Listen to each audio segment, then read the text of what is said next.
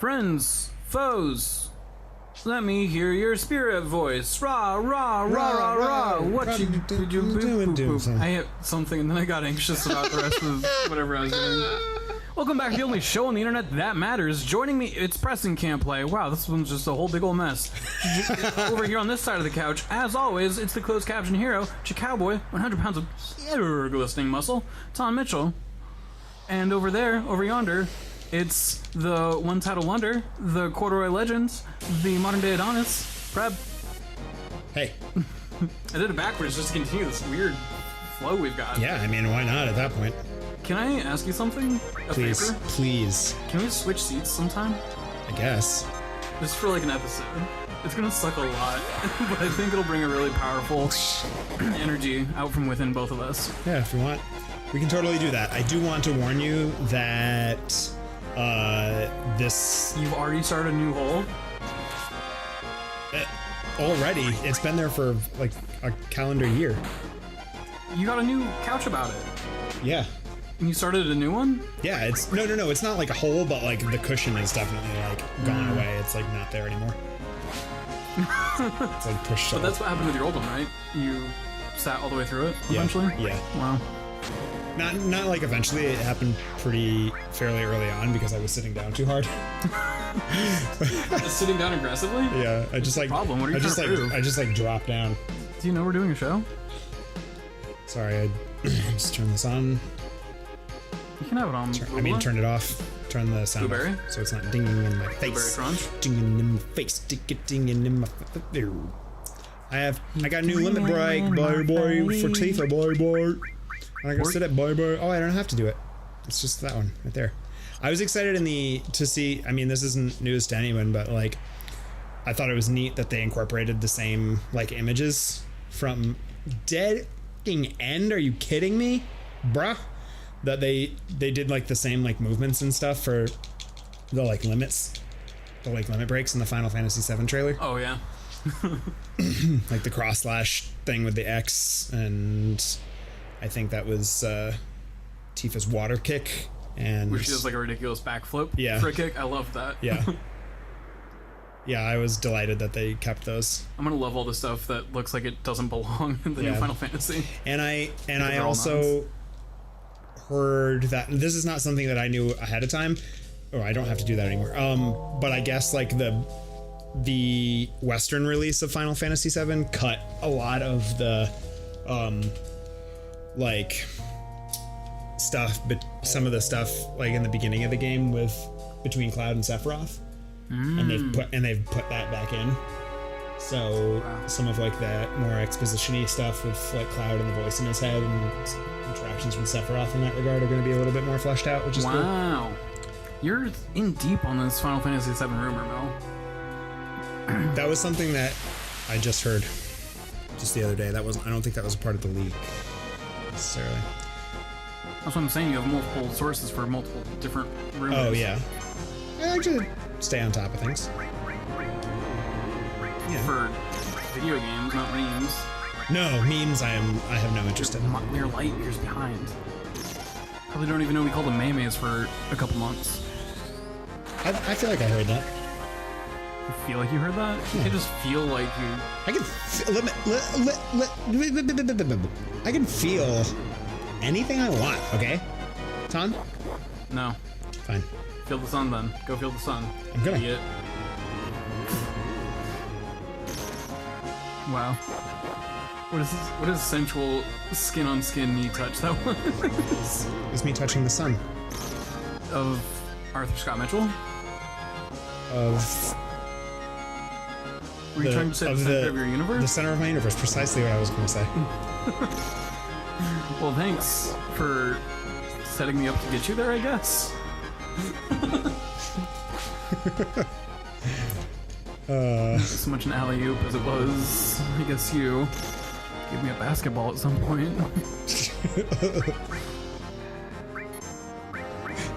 Wow. I forgot to get water between eps. Same. Free to do that right now if you want. So, do you want this cup? Yeah. Is this your special cup? Yeah. This your one true cup. Yeah, that's my true cup, baby. Thank you. Wow, what a pro. I'm gonna keep talking. I'll be right over here. We can hear you. Don't worry, guys. I'm not going anywhere. Yeah, while Taun's away, I'm just gonna tell you that he has smelly pants. He's a smelly pants man. No, I didn't call you a smelly pants man. Come on. I didn't call you anything, Taun. I was just making small talk with our friends. Smelly pants man. Smelly pants. Smelly pants. All right, where am I going here? Taun is a smelly pants man. Oh, hey, what? Me and Ben are gonna have our own show. Wow. Feel awful. Yeah, why are you just gonna stand now? I work in an office and I have a stand-up or sit-down desk and it sucks so much, but I don't think I stand up as often as everyone else does. And everyone went through a lot of trouble to set up a stand-up desk for me. So sometimes I'll stand. Did you request it? No. They had my desk set up like with just 2 monitors on a desk, like a normal human. And someone's like, well, do you want a standing desk like we have? I'm like, no, not really. Are you sure? They're really convenient. Because, you know, you shouldn't be sitting all day. I'm like, well, half my job is moving stuff in the freezer. I'm on my feet quite a bit. I'm actually fine. Yeah. And the next time I came back, somebody had already brought in all the equipment to set up the standing desk. And at that point, I'm just like, okay, cool. I guess I have a standing desk. That's great. That's what we're doing. Good. I have a standing desk, and I'm not huge on it, I gotta tell you. Yeah, it's weird. It kind of bums my feet out. Do you have to stand? Yes. Mine's adjustable. Which is fun, but it took us a long time to get it set right.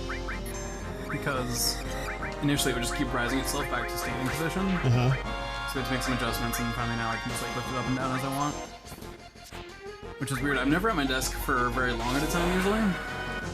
But I have so many things I can customize, like the height of my monitors, and also the height of my chair, and also the height of my armrests.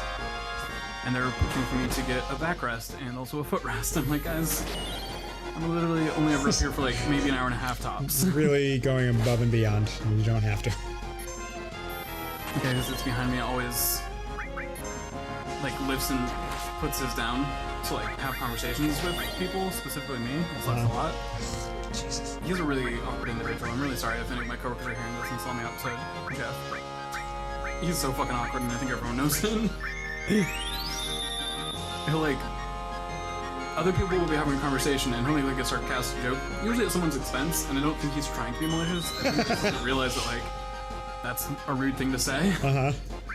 And then if I chime in to say something, usually like, whoa, or like, wow, really, Jeff?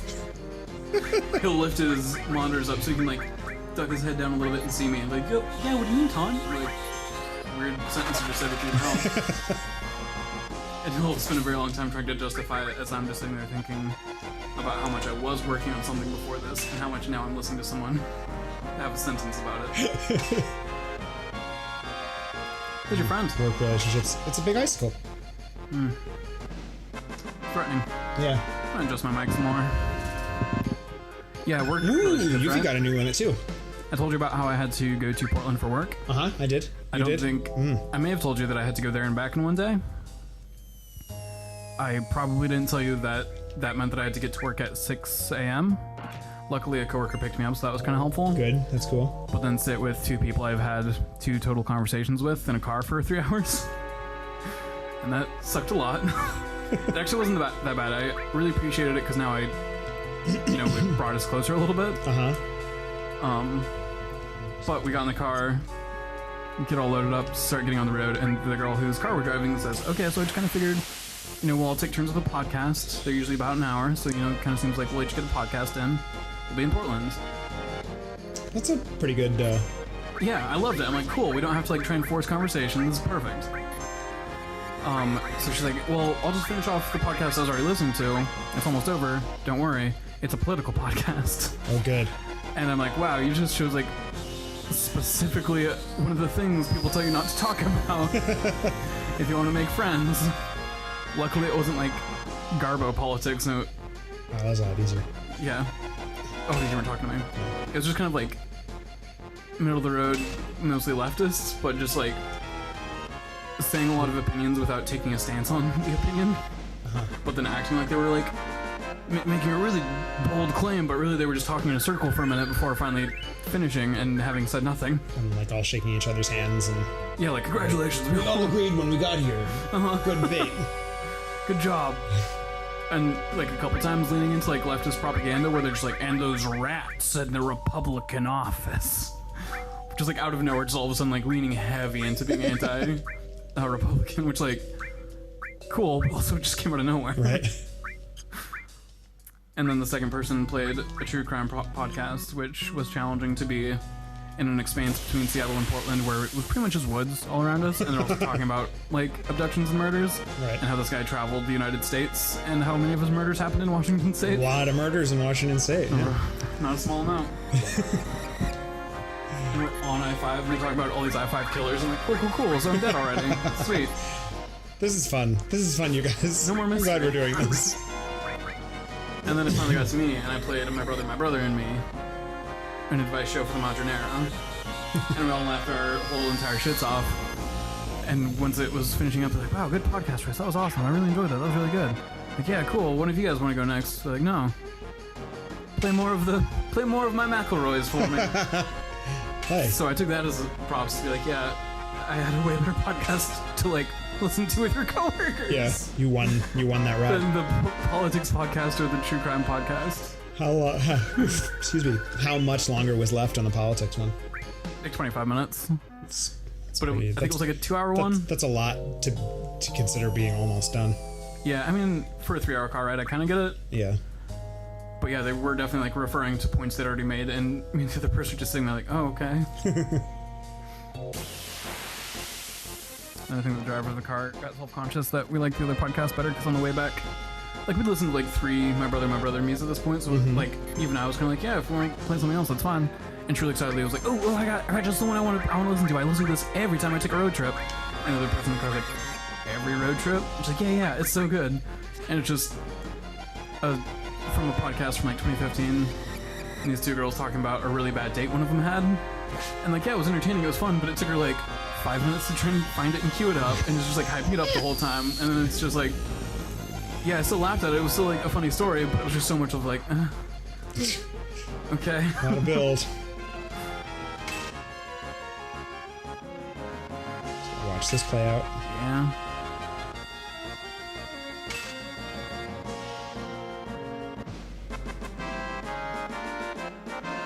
How many icicles are you gonna fight? Stalactites? Just 4. But that was the 4th.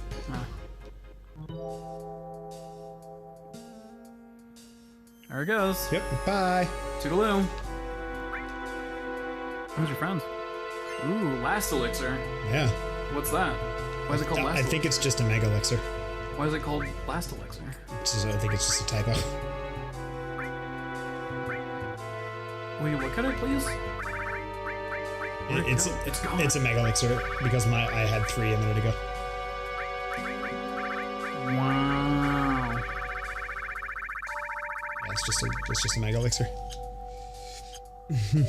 Okay, return to the bottom of the room you came in. Can I jump? No? Cool, chill. That's fine.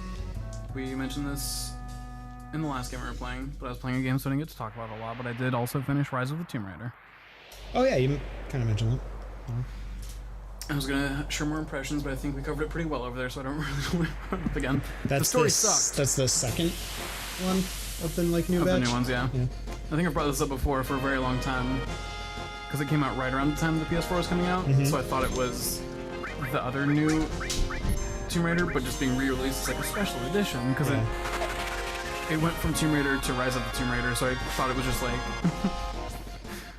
I mean, exactly that. There was no indication that it was a sequel at all. Yeah.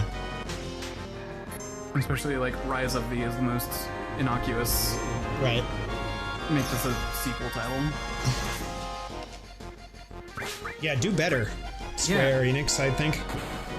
And I feel like I might have been missing out on a lot by not caring about the online component of the game, but I also bought it on PS4, and I'm not going to pay for PS Plus just to try out this online game that probably no one's playing anymore. I feel like that there's a lot of like I was playing as I was starting Uncharted 3 the other night, and or maybe it was Uncharted 2 even, that I was like, yeah, because I was looking through the like trophies that you can get after I finished the game, and they were like all these stuff about like the online. I was like, are people playing Uncharted 2 online? Why would that even? Why? Did you try? No, not interested. I used to really like the Last of Us Online. Yeah? Back when we were playing that, I guess. What's that like? It just seems like they've just like shoehorned. Yeah, it's very much from that era where it's like everything needs to have online multiplayer. Yeah. And like that's very much what it is. I just liked, just because the gunplay in that is so much different from like Call of Duty. So everything felt heavier and slower and harder to aim, and also you're a lot more fragile. Like you'll die pretty quick. Yeah. And so that's what I liked about it. You had to actually kind of work and think as a squad instead of just like, I'm gonna be a lone wolf and do fine. I don't think I've played a different game where like you had to rely on being a squad that much on that small of a map too. None of the maps were huge. Yeah. They had a lot of like 3D verticality. Like there was a lot of climbing and going up the sides of buildings and stuff. Which was also kind of cool. I think Naughty Dog does a good job with having verticality in games. Yeah. Or in online. And I guess I would try it, but like, it doesn't really appeal to me. I mean, eventually I'll go back and try and like 100% Uncharted 2, and at that point I'll have to do the online stuff to try and get those trophies. Really? If anyone's even playing it. You think you'll go back and try and 100% Uncharted 2? Yeah. Why? Because I want to 100% all of the games. Wow. Yeah. If I get around to it. Yeah. I'm playing through the games that I have first, but if I ever get to a spot where I'm like, I've played all the games that I have, then time to start completing. Yeah, I'll start going back. Wow, that's way less powerful than the sword that I have. Why would they call it an enhanced sword? It's not enhanced at all. I don't know. Probably because it has so many materia slots. But I'm not using that garbo. I played the old Tomb Raider online, and that sucked so bad. Really? Yeah, it was really bad. I felt like I just died really fast, and it might have been me, but it felt very laggy, and like would drop frames, especially if like stuff was exploding, and there wasn't a very good indication of how you were doing in conjunction with everyone else. Like I think Halo's a really good example where there's the voiceover that's like double kill, killing streak, whatever. This one's very much just like, it's a bunch of character models in an arena, and sometimes they die, and then you respawn. Like, what's happening here? It just really was not gratifying at all. It's too bad. But I think there are some like co-op online things that I'm missing out on, but I also don't like care enough to like try and go back for. Yeah. I enjoyed the game well enough. And the one piece of DLC that wasn't an online thing was super fucking good because you got to go after Baba Yaga. Oh, fun. So there's a point where you're literally just fighting a house. That was probably the only other time I've seen that was in Final Fantasy VII. I was going to say, I'm not lying. But yeah, the plot's kind of like whatever. You're playing as Lara. And it starts with you going on this trip with this guy who was with you in the last Tomb Raider, and you're like really close friends, but then Laura's like so determined to get over this mountain they're climbing that it comes to a point where it's like, hey, if we keep trying to climb, we're both gonna die, and Lara just looks back and like, then perish kind of thing. Like tells the guy to go back, like, you be safe, I can't get this close and then turn back kind of thing. And then either one or both of them fall to what we assume is their death. Nice. And then from there, it very much mirrors how Tomb Raider started, which I don't love in game series. It's a very hard thing to try and like address and tackle, but when you start a game very weak, you've just got your fists and things kill you in 2 hits. But then at the end, you've got like 20 guns. No one even knows how you're carrying all those guns. You can take a direct shot from a tank. And then the sequel comes out and it's like, you're so weak, you're so fragile, how can you survive? Yeah. And for this one it kind of made sense, because Laura's not actively going out to like look for fights. She's a Tomb Raider. She's looking for like ancient treasures. For tombs to raid. Yeah. And the first one especially very much was a story of someone who did not want to fight and someone who's like barely struggling to survive. Yeah. Eventually getting to this point where it's like, okay, I have to fight to survive kind of thing. And so it kind of made sense for me on this one. Why like, oh yeah, of course you don't already have a gun on hand. Right. But I'll be curious how the third one goes, because at this point, by the end of this one, she very much is embracing the like violent side of herself. I don't think it's really part of the narrative fully, but she's like becoming more comfortable with. Exactly. There are more cutscenes where she's waving a gun and shooting and killing people than there were in the first one. Mm-hmm. And so I don't know if that's intentionally like them trying to display her character growth, or if they're just like, fuck it. She has guns now. She does guns now. But it'll make it really awkward if going to the third one, it's just back to like, I'm on this other adventure and I don't have any of my weapons again. Who could have ever foreseen this happening? Yeah. And you're like, It's... you're going after this lost treasure that her dad was looking for before he died, but everyone thought it didn't exist, so they thought, oh, old Lord Croft is just going crazy. It's... And then you discover your stepmom, and then discover your stepmom wants to betray you and shoot you. But the only reason she wants to betray you and shoot you is because she's trying to take the side of who you discover is her brother. And so of course she's going to take his side because he's manipulating her, but wait, no, actually she's manipulating him. And it's just, it gets really convoluted, it makes no sense. What happened? She just picked that giant animal up and gave it a pile driver. Awesome. You couldn't see it because the sprite was so big. Oh god. And then they also introduce this guy who's like supposed to be her friend, but he just like is the creepiest motherfucker when you first meet. He's just like staring at Laura and has like this really uncomfortable, like really intense stare. And I was waiting the entire game for him to reveal himself as a villain, and I never really got gratified on that front. Oh, that's weird. Yeah. Red herring or just like bad writing? I think just kind of bad writing. Oh, that's too bad. And like he eventually becomes very interesting and like a kind of cool character to interact with, but for the first like 10 missions I did where they're talking back and forth on the radio, I'm like, he's gonna betray you, Laura, don't trust this guy. He's here to just ruin your whole shit. And I don't want to like fully spoil Tomb Raider for you. If you happen to Does she raid the tomb? She does raid the tomb. Damn it.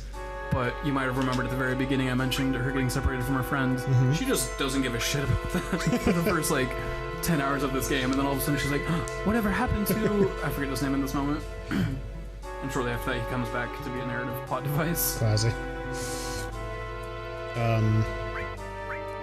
So, we're about to go into a fight with a boss. Whoa. And my notes say that we want either Yuffie or Red 13. Do we want to stick with Yuffie? Fuck yeah. Hell yeah. All right. Do you want to get into that fight on the next thrilling installment? I would love to. Of Prep? Hell yeah. Prep. Prebbed. Prep.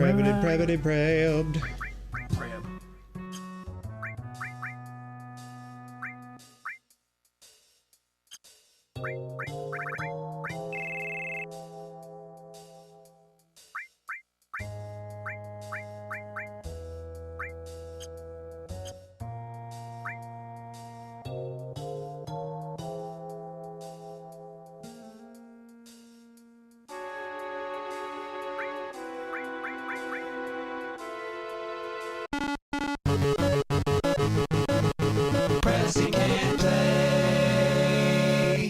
Continue.